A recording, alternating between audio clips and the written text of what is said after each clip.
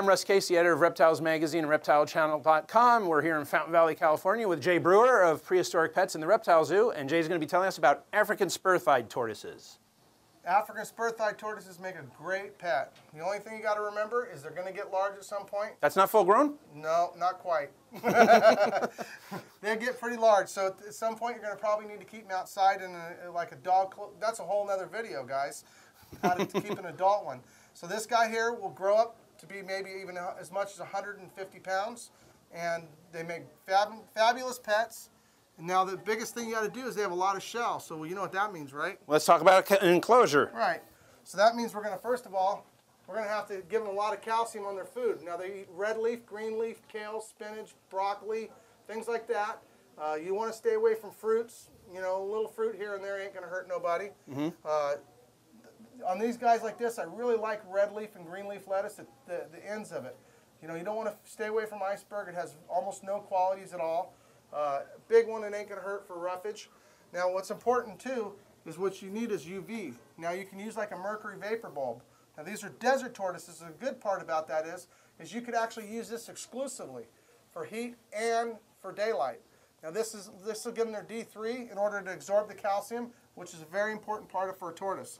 Now, you also can go with a heat lamp, and then you want to do is you turn that off, and you go with a fluorescent fixture, which is the most common way. But with these new mercury vapor bulbs, this is a good use for them. This is an all-screen top, and so it works really well. You got a hot end underneath the bulb. And now the other thing is when you turn that off at night, ideally what you want is you want to have a heat pad underneath there, because the heat pad will give them their nighttime so that it doesn't get really cold. Because they don't hibernate, what they call it burnmate, I think. I don't even know if I pronounced that correctly, which is just like they cut down the amount of food they take according to the temperatures. But if you give them that heat, they'll eat constantly, grow really quick, and do really, really good. What's a good temperature when you say hot? What's a good hot temperature for these guys? Yeah, like underneath this basking area here, you want it to be somewhere in the high 90s, and you want the other end to be room temperature. He'll just walk back and forth and find his temperature. You'll find that obviously you want to keep the vegetables on the cool end. You know, you can put a little plate in there like this, a little small dish, and put their food on there. But also you want to remember to soak them once in a while, because when you soak them in some water, it really helps them. They drink a lot of water. They're used to rainy seasons and stuff like that. So they do how often would you want to soak one? You know, you want to soak them once a week would be good. Okay. So this enclosure would be good for this guy and maybe grow up a little bit, but you're not going to be able to keep them in there forever, right? Absolutely. How big do these guys get? Well, let me show you how big they actually get. This here is an adult one.